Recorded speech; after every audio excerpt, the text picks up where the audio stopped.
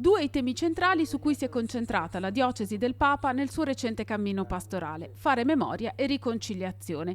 Le parrocchie e le varie realtà ecclesiali hanno fatto un bilancio del cammino percorso e guardato al programma per il prossimo anno, in cui si vivrà la terza fase dell'itinerario, cioè l'ascolto della città.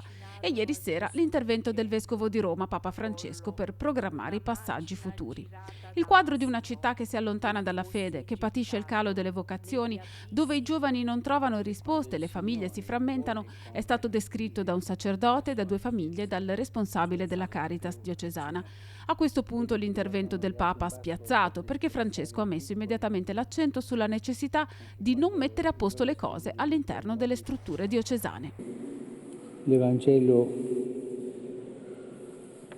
credo che mi capirete, è una dottrina squilibrata.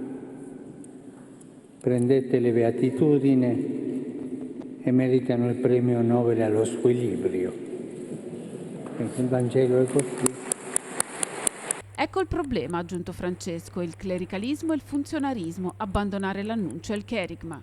E tanti lasciano il cherigma, inventano sinodi e contrasinodi, che non sono sinodi, sono resistamentazione.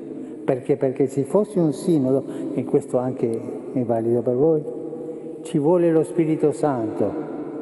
Lo Spirito Santo dà un calcio al tavolo, lo butta e incomincia da capo. Questo è quello che fa.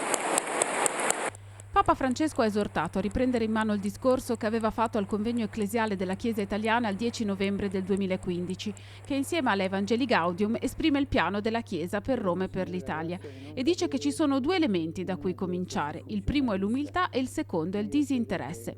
Due le sottolineature che rappresentano anche i compiti per la diocesi: esercitare uno sguardo contemplativo sulle persone che vivono nella città e sulle nuove culture che vivono sempre nella città.